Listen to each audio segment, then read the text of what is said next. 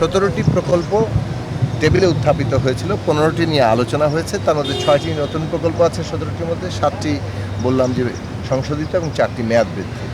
তো 15টি প্রকল্পের অধিকাংশই পাশ হয়েছে, কিন্তু শর্ত সাপেক্ষ কিছু বিষয় আছে, কিছু তদন্তের বিষয় আছে এবং পুরো বিষয়টিগুলো নিয়ে বিস্তারিতভাবে আমরা এই সব তথ্য আমরা হ্যাঁ, আমরা একটা সিদ্ধান্ত এর আগের একনেকেই নেওয়া হয়েছিল যে আমরা প্রকল্পগুলোকে, যেগুলো চলমান প্রকল্প এবং যেসব প্রকল্প প্রস্তাবিত হয়েছে বিগত সময়গুলোতে, সেই সব প্রকল্পগুলোকে আমাদের রিভিউ করতে হবে। তো আমরা যথাসম্ভব রিভিউ করার চেষ্টা করছি।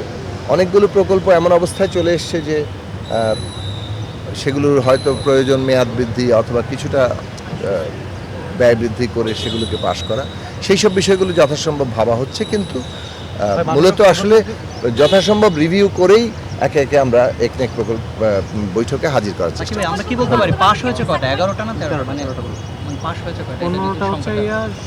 13টি প্রকল্প পাশ। আসলে আবারও বলছি যে তথ্যগুলো আপনাদেরকে যথার্থভাবে আপনারা যাতে উপস্থিত করতে, সেটা প্রেস রিলিজের মাধ্যমে যদি এই তথ্যগুলো উপস্থিত করেন তাহলে যথার্থ। প্রকল্প গ্রহণ নিয়ে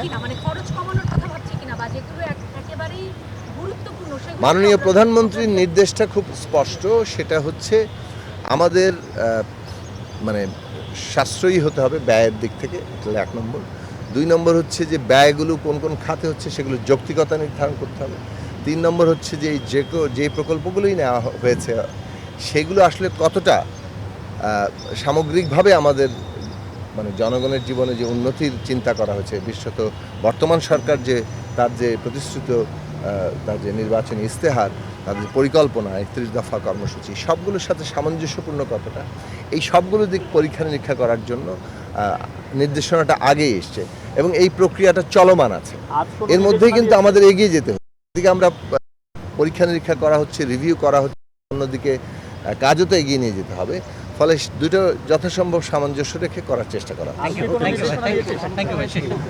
আজকেও একই নির্দেশনায় বিভিন্ন বিষয়ে এসছে এবং প্রকল্প বাস্তবায়নে কেন দীর্ঘসূত্রিতা হয় সেটার ব্যাপারে তদন্ত করার জন্য বলা হচ্ছে। অনেকগুলো বিষয়ে এই যে প্রকল্পের প্রস্তাব, সেইগুলো নিয়ে আরও নানান ধরনের অবজারভেশন আছে, পর্যবেক্ষণ আছে।